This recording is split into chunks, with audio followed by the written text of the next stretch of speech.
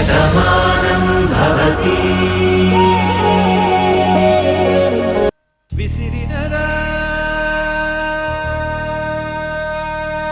విధిగాలం మిగిలినదా శోకం. కాలమే కాటు వేసిందా వేదనై వెల్లువైందా. ఊరుకో తమ్ముడు, ఎంత ఏడిస్తే మాత్రం వెళ్ళిపోయిన రాధ తిరిగొస్తుందా? మట్టిలో కలిసిపోయిన రాధ మళ్ళీ మన కోసం వస్తుందా? ఈ ఊరికి రాధతో ఎంతో అనుబంధం ఉంది. ఇక్కడ నాకు రాధకి ఎన్నో జ్ఞాపకాలున్నాయి. మేమిద్దరం కలిసి ఈ ఊరిని ఎంతో బాగా చూసుకోవాలనుకున్నాం. కానీ అలాంటి రాధని ఈ చేతులతో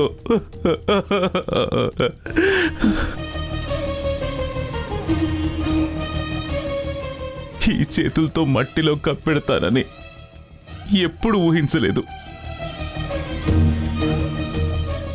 ఎందుకక్క, నాకే ఎందుకక్క ఇలా జరిగింది? ఎవరి శాపం తగిలింది?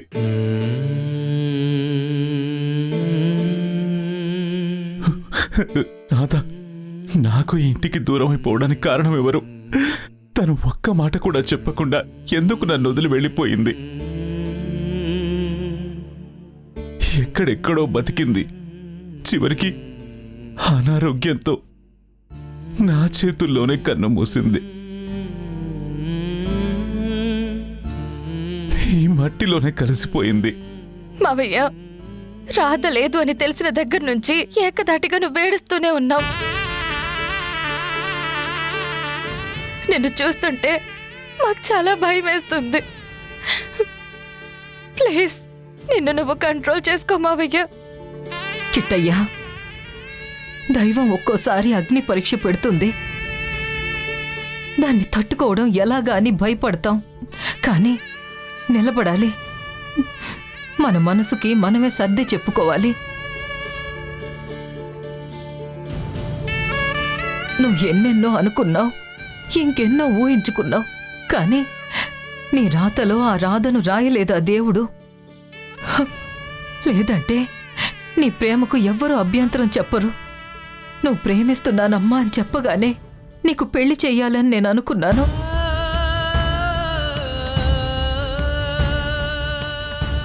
రాధలాంటి అమ్మాయి ఈ ఇంటికి కోడలైతే నా ఇల్లు బావుంటుందని ఊహించుకున్నాను. కానీ మనం ఊహించుకున్నవన్నీ ఊహలుగానే మిగిలిపోతాయని, చివరికి రాధ ఇలా జ్ఞాపకాల్లోనే ఉండిపోతుందని మనం ఎప్పుడూ అనుకోలేదు కదా. కానీ అలాగే జరిగింది. దాన్ని నువ్వు తట్టుకోవాలి. నీకు నువ్వే ధైర్యం చెప్పుకోవాలి. లేదమ్మా, నా వల్ల కావడం లేదు. రాధ నన్ను చూసినప్పుడు నిన్ను కడసారి చూసి ఈ కన్ను ముయ్యాలి మురారి అంటూ ఉండగానే, నన్ను చూస్తుండగానే తన ఊపిరాగిపోయిందమ్మా. నేనెదురు చూసిన రాధ, కళ్ళల్లో పెట్టుకుని చూసుకోవాలనుకున్న రాధ నా కంటికి కనిపించిన కొన్ని క్షణాల్లోనే ఈ లోకాన్ని నన్ను వదిలి వెళ్ళిపోతుందని నేను ఎలా అనుకుంటానమ్మా? అలా వెళ్ళిపోయిన రాధని చూస్తూ ఎలా తట్టుకున్నానో నాకిప్పటికీ అర్థం కావడం లేదమ్మా. కానీ ఇక్కడ రాధతో కలిసి బతకలేకపోయినా ఇక్కడే రాధకి చివరి సంస్కారాలు నిర్వహించాను. నా రాధకి మట్టితో ఉన్న అనుబంధాన్ని విడదీయకుండా ఇదే మట్టిలో కలిపేశాను. కానీ నాతో ఉన్న అనుబంధాన్ని, తన మీద నాకున్న ప్రేమని నేను ఎలా మర్చిపోవాలమ్మా? ఎలా మర్చిపోవాలి?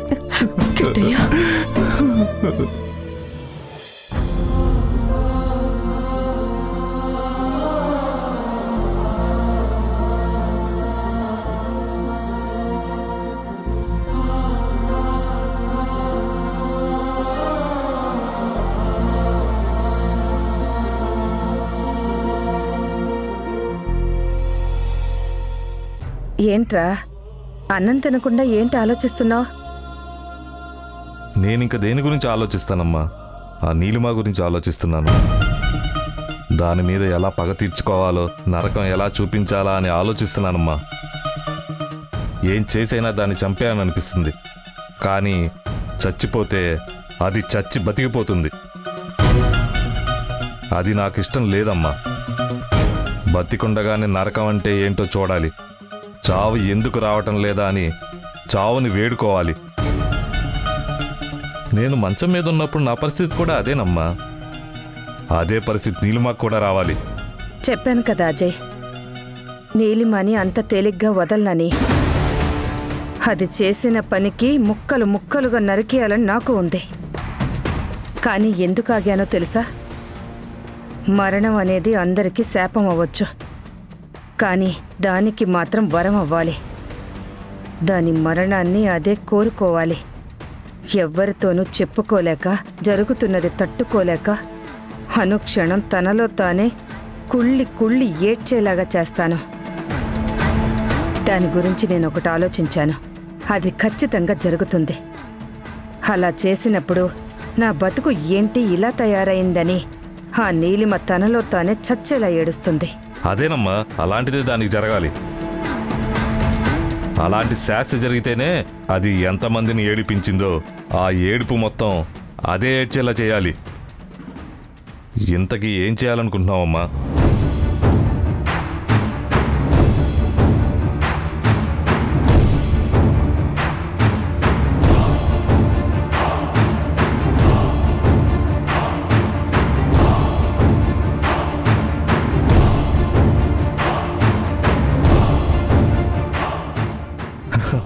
ఇప్పుడు ఆకలేస్తుందమ్మా.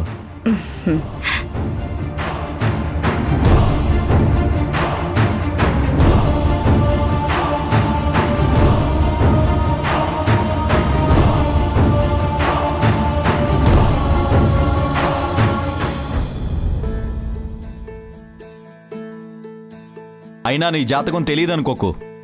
చిన్నప్పుడు ఊర్లో కుర్రోడ్ని చంపి ఊరు నుంచి పారిపోయావు. ఏంటి మనిషిని చంపావో ఆ ఇంటి ఆడపిల్లని పెళ్లి చేసుకుని ఆ ఇంటికే అల్లుడు అయిపోయావు.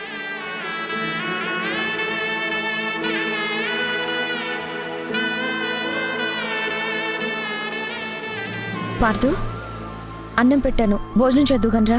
నాకు ఆకలిగా లేదు చాంద్రి, నువ్వు తిను. మధ్యాహ్నం కూడా నువ్వు సరిగ్గా తినలేదు. ఇప్పుడు తినమంటే తినను అంటున్నావు. ఇలా అయితే ఎలా పార్థు? ప్లీజ్ వచ్చి భోజనం చేయి. చెప్పాను కదా వద్దు అని. తినాలనిపించడం లేదు. మనసుకేదో తెలియని బాధగా ఉంది. నన్ను ఒంటరిగా వదిలే, దయచేసి వెళ్ళిపో. ఏంటి నాన్న, ఇంకా ఉదయం జరిగిన దాన్ని తలుచుకొని బాధపడుతున్నావా? మావయ్య, ఆ సంఘటన జరిగిన దగ్గర నుంచి తను నాతో కూడా మాట్లాడట్లేదు. తనలో తనే ఏదో తెలియని బాధతో నలిగిపోతున్నాడు. అడిగితే ఇదిగో ఇలా చిరాకు పడుతున్నాడు. చివరికి అన్నం కూడా తినకుండా ఆకలిని చంపుకుంటున్నాడు. తనని తనే బాధ పెట్టుకుంటున్నాడు. ఏంట్రా ఇది? చూడు, చాందిని కూడా ఎంత బాధపడుతుందో. నిజమే నాన్న. నేను ఒక్క మాట అన్నందుకే చాందిని అంత బాధపడుతుంది. కానీ అక్కడ జరిగిందేంటో మీకు తెలుసు కదా. దాన్ని ఎలా మర్చిపోమంటారు? బాధపడకుండా ఎలా ఉండమంటారు? చిన్నప్పుడు నాకే తెలియకుండా ఒక తప్పు జరిగింది. ఆ పొరపాటు వల్ల నా స్నేహితుడు రాము ప్రాణాన్ని కోల్పోయాడు. అది నా తప్పుగానే భావించి నేను మీ అందరినీ వదిలేసి వెళ్ళిపోయాను. అలా ఒంటరైనా నేను ఎలాంటి శిక్ష అనుభవించానో నాకు తెలుసు. తర్వాత డాడా దగ్గరికి వెళ్ళాక ఆస్తి అంతస్తు అన్నీ ఉన్నాయేమో కానీ ఆయన వాళ్ళంటూ ఎవరూ లేరని ఒక ఒంటరి జీవితాన్ని బతికాను. అది ఎంత నరకంగా ఉంటుందో ఊహించుకోవడానికి కూడా చాలా భయంగా ఉంటుంది. చూడు పార్థు, నీ తప్పు ఏం లేదని మమ్మీతో సహా అందరూ అన్నావు. ఇప్పుడు ఆ ఇంటికి అల్లుడుగా ఉన్నావు. నిన్నెవరూ అలా చూడడం లేదు. ఎవరో ఏదో అన్నారని నువ్విలా బాధపడడంలో అర్థం ఉందో చెప్పు. నిజంగా నీదే తప్పు అని ఒకప్పుడు నీ మీద కోపాన్ని పెంచుకున్న చెల్లెమ్మ కూడా నీ తప్పు లేదని తెలుసుకుంది. నీ భార్య, నీ కుటుంబం నిన్ను అర్థం చేసుకున్నాక ఇంకా ఎవరో ఏదో అనుకున్నారని నువ్విలా బాధపడ్డంలో అర్థమే ఉంది చెప్పు. లేదు నాన్న, తెలిసి జరిగినా తెలియక జరిగినా తప్పు తప్పే అవుతుంది. ఆ రోజు ఆ తప్పుకి నేను జైలు శిక్ష అనుభవించుంటే ఏదో ఒక రోజు విడుదల ఉండేదేమో. కానీ జీవితం విధించే శిక్షకి విడుదలనేదే ఉండదు. ఆ పాపం శాపంగా మారి ఇదిగో ఇలా ఎక్కడో చోట అవమానాలకి గురి చేస్తూనే ఉంటుంది. మర్చిపోవాలనుకున్న గాయాన్ని మళ్ళీ మళ్ళీ ఇలా రగిలిస్తూనే ఉంటుంది. చూడు నాన్న, నీకు తెలియకుండా జరిగింది ఒక పొరపాటే, తప్పు కాదు నాన్న. ఆ పొరపాటు సరిదిద్దుకోలేనిదే కావచ్చు. కానీ నువ్వు ఆ ఇంటికి అల్లుడివయ్యాక ఒక కొడుకులా మారావు. అక్కడొక బాధ్యత తీసుకున్నావు. అందుకే అందరూ నిన్ను అర్థం చేసుకున్నారు. జరిగిపోయిన గతం మర్చిపో. వెంటనే భవిష్యత్తులో చేసే మంచి నలుగురు నిన్ను పొగిడేలా చేస్తుంది. ఎక్కడైతే నిన్ను ఆ పాత గాయంతో నిందించారో అక్కడే నువ్వు చేసిన మేలు వల్ల మేమింత అన్నం తింటున్నాం. మా ఇంట్లో దీపం వెలగడానికి నువ్వే కారణమని అందరూ మెచ్చుకునే రోజు కూడా వస్తుంది. మాట పడగానే కుంగిపోకూడదు, పొగడగానే నన్ను మించిన వాళ్ళు లేరని పొంగిపోకూడదు. రెండింటినీ సమానంగా తీసుకున్నప్పుడే జీవితంలో మనం ప్రశాంతంగా ఉండగలం. అదర్థం చేసుకోరా. ఇప్పుడు నువ్విలా ఆకలితో ఉండిపోతే నువ్వే ప్రాణంగా బతుకుతున్నా తనెంత బాధపడుతుంది. అది మర్చిపోతే ఎలా? పద భోంచేద్దాం. రామ్మా, పదరా.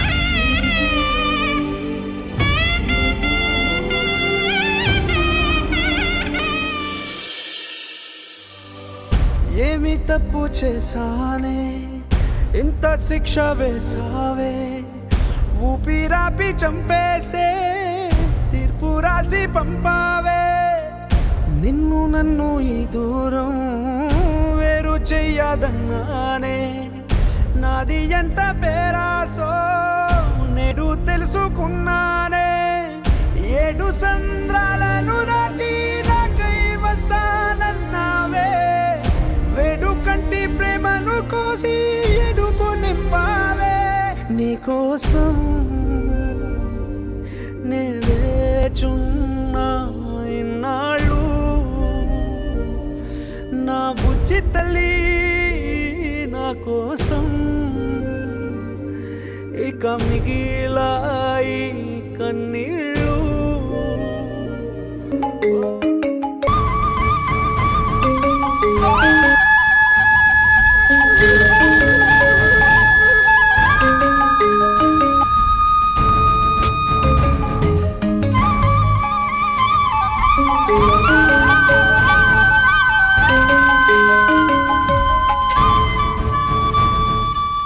హలో భాను. సత్య, మురారి గారు ఎలా ఉన్నారు? మావయ్య ఎలా ఉంటాడో నీకు తెలుసు కదా. రాధ కనిపించలేదని అంత బాధపడిన మనిషి ఇంకా రాధ మట్టిలో కలిసిపోయింది అంటే తను ఎలా ఉంటాడు? మావయ్యని బోదార్చడం మా వల్ల కావడం లేదు భాను. నిజమే సత్య, అంతలా ప్రేమించిన మనిషి కంటికి కనిపించే సమయానికి కన్నుమూసిందంటే తట్టుకోవడం ఎంత నరకంగా ఉంటుందో నాకు అర్థమవుతుంది.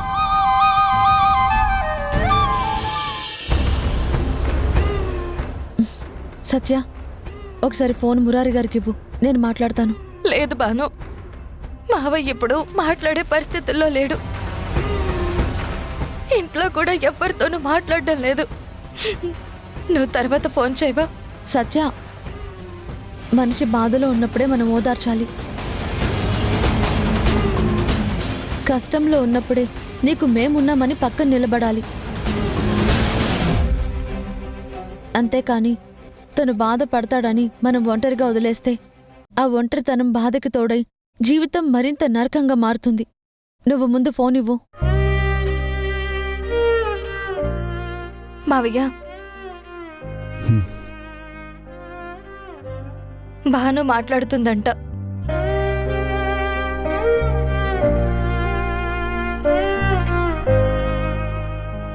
హలో.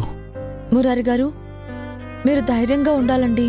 ఉండాలన్న ఆశ లేదు బాను. ఇంకందులో ధైర్యంగా ఉండడానికి ఆస్కారం ఎక్కడుంది? అలా మాట్లాడొద్దు. మీ ప్రాణం మీకు దూరమైందన్న విషయం నాకు తెలుసు.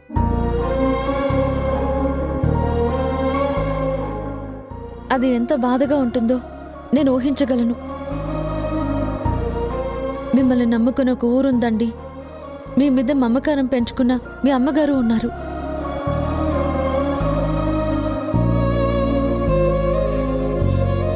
మీ గురించి ఆలోచించే మీ అక్క సత్య అందరూ ఉన్నారు. మీరెప్పటికీ ఒంటరి కాదు. మీ చుట్టూ ఎంతమంది ఉన్నారో వాళ్ళ గురించైనా మీరు ఆలోచించాలి కదా. అబ్బో, ఇంట్లో వారిని పట్టించుకోదు గాని మురారి కష్టం వచ్చిందని తెగ బాధపడిపోతోంది. అంతే కదా మమ్మీ, ఈ ఇంట్లో ఎవరి మాట చెల్లుతుంది? మరీ ముఖ్యంగా ఎవ్వరూ మాట్లాడడానికి వీల్లేదు. అన్ని నిర్ణయాలు ఆవిడే తీసుకుంటుంది. ఎవరితో ఏం మాట్లాడాలి, ఏం చేయాలి, ఇలా ప్రతి ఒక్కటి ఆవిడ అనుకున్నదే జరుగుతుంది కదా. అవ్వా, మరీ చోద్యం కాకపోతే ఈవిడ కొన్నాళ్లు మురారి ఇంట్లో ఉంది అనుకుందాం. తిరిగి ఇక్కడికి వచ్చేసింది కదా. భర్త తన కుటుంబం అంతా ఇక్కడే ఉంది కదా. అయినా సరే ఇవన్నీ మర్చిపోయి మురారికి కొండంత కష్టం వచ్చింది, అండగా నేనే ఉండాలి, నేనే ఓదార్చాలి అని ఓవరాక్షన్ చేస్తూ ఎలా మాట్లాడుతోందో చూడు. నేను మళ్ళీ మళ్ళీ చెప్తున్నాను, పోయిన వాళ్ళని మనం వెనక్కి తీసుకురాలేము. నా అనుకున్న వాళ్ళు దూరం అయిపోతే జీవితం నరకంగా ఉంటుంది. కానీ అలాగే ఉంటే ఆ బాధ మరింత మరింత పెరుగుతూనే ఉంటుంది. రాధని మీరు మర్చిపోలేరని నాకు తెలుసు, కానీ మర్చిపోవడానికి ప్రయత్నించాలి. మీ మనుషులు మీ చుట్టూ ఉన్నారు. మీకోసం వాళ్ళు ఆలోచిస్తున్నారు. వాళ్ళ గురించి మీరు ఆలోచిస్తే రాధని మర్చిపోలేకపోయినా మామూలు మనిషిగా మారతారు. దయచేసి అర్థం చేసుకోండి. బాను, నువ్వు మా ఇంట్లో ఉన్నంత వరకు మేము నిన్ను మార్చాలని ఎంతగా ప్రయత్నించామో, నీకు బాధ కలగకుండా ఉండాలని ఎన్నో మాటలు చెప్పాను. కానీ అప్పుడు నువ్వు ఎంత బాధపడేదానివో, నేనేంటో నాకు తెలియాలి, నా వాళ్ళెవరో నాకు తెలియాలని నీలో నువ్వే బాధపడేదానివి. గతాన్ని మర్చిపోయిన నువ్వే అలా ఆలోచిస్తే, అన్నీ గుర్తున్న నేను, రాధతో గొప్ప జీవితాన్ని ఊహించుకున్న నేను, నా రాధ నా చేతుల్లోనే వెళ్ళిపోయిందని తెలిసినప్పుడు, ఎప్పటికీ రాకుండా మట్టిలో కలిసిపోయిందనుకున్నప్పుడు బాధపడకుండా ఎలా ఉండగలను? ఆ నరకం ఎలా ఉంటుందన్నది నేను మాటల్లో చెప్పలేను. నన్ను ఓదార్చే ప్రయత్నం చేయొద్దు ప్లీజ్. మురారి గారు, హలో మురారి.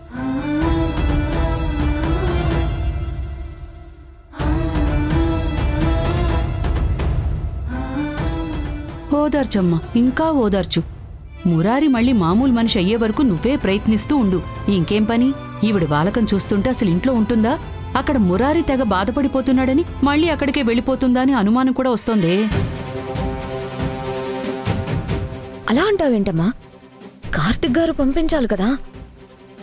నీ పిచ్చి కాకపోతే పాపం అమాయకుడైన కార్తీకు ఈవిడ గారిని తెగ ఆరాధించేస్తున్నాడు. ఈవిడ మాత్రం ఆ మురారితో ఇలా ఓదార్పు యాత్ర సాగిస్తూనే ఉంటుంది. పెద్దమ్మా, ఏం మాట్లాడుతున్నారు? ముందు వెనుక చూడకుండా ఎవరి గురించి మాట్లాడుతున్నారు?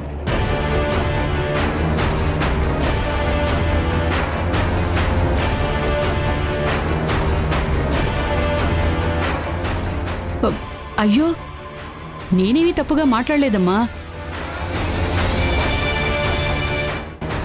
కావాలంటే అటు చూడు, ఆ భాను ఇందాకట్నుంచి మురారితో మాట్లాడుతూనే ఉంది. మురారిని తెగ ఓదార్స్తూనే ఉంది. మురారి బాధపడిపోతున్నాడని ఇక్కడ ఈవిడిగారు బాధపడిపోతోంది. అందుకే మేం మాట్లాడుకుంటున్నాం, కానీ మేమేం తప్పుగా మాట్లాడలేదు. అవును నీలిమా, చేసిందంతా భాను చేస్తుంటే నువ్వు మమ్మల్ని అంటావేంటి? భాను ఏ తప్పు చేయడం లేదు. మురారికి కష్టం ఉంది కాబట్టి తను ఓదార్చే ప్రయత్నం చేస్తుంది. అందులో తప్పు పట్టడానికి మీరింతలా సాగతీయటానికి ఏమీ లేదు. ఇంకేం మాట్లాడకుండా లోపలికి రండి.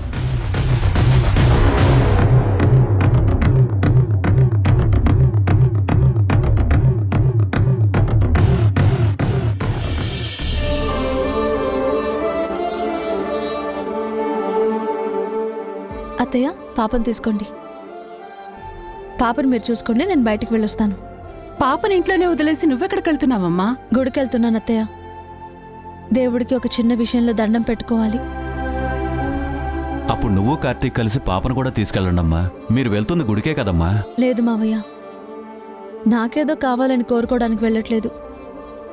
మురారి గారి గురించి దండం పెట్టుకోవడానికి వెళ్తున్నాను.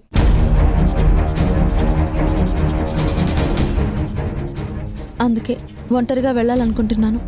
ఇది మరీ బావుందమ్మా. ఎవరో మురారి గురించి ఇక్కడ నువ్వు దండం పెట్టుకోవడం ఏంటి? చూడ్డానికి వినడానికి చాలా విచిత్రంగా ఉంది.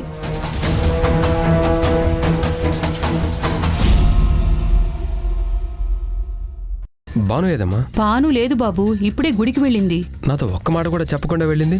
గుడికి తను ఒక్కరితే వెళ్ళాలంట బాబు. ఎందుకంటే ఆ ఊర్లో ఉన్న మురారి కంటికి మంటికి ఏడుస్తున్నాడంట. తను అలా బాధపడకుండా ఉండాలని దేవుణ్ణి ఇక్కడ ఈవిడ కోరుకోవాలనుకుంటోంది. ఏంటి శారదా ఇది? నట్టింట్లో నిపురు పోద్దామని చూస్తున్నావా?